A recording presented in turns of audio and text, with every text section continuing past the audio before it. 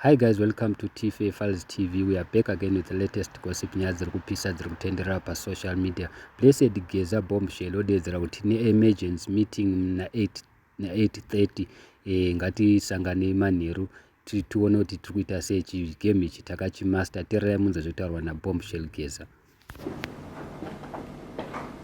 maZimbabweans, ndini wenyu Comrade Blessed Geza, Comrade Bombshell. Ndadzoka nguva ino takaipirwa chari kuti murambe muchiti ko Comrade Bombshell vari kupi. Ndine special message yandiri kuuya nayo kwamuri. Ngatisanganei pa Twitter yangu kana kuti pa YouTube na 2030 manheru. Ndatenda.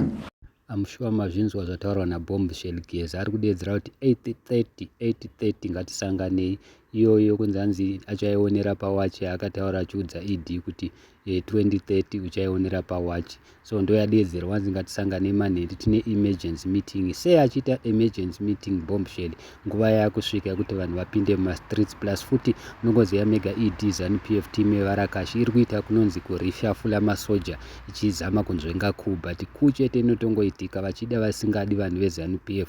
Saka Bombshell ari kudedzera because tiitaura kudai nhamo Sanyatwa akachinjwa nezuro akanzi akufanira kuita minister of sports. Chii chakadaro chinenge ngozi iye ari musoja. Saka ZANU-PF iri kuzama by all means kuita sekueliminate vanhu vanofarirana naChiwenga, vanhu vane vari very close to Chiwenga. Saka Bombshell ari kudedzera kuti emergency meeting tiri kuibata nhasi, gadzirirai. Saka mugare makavhura nzeve makateya because 8:30 Bombshell vanenge vachiadressa the nation. Handizivi kuti mati kudii nazvo, asi ndo nyaya iripo, ndo zviripo. Thank you so much. Don't forget to subscribe to our channel.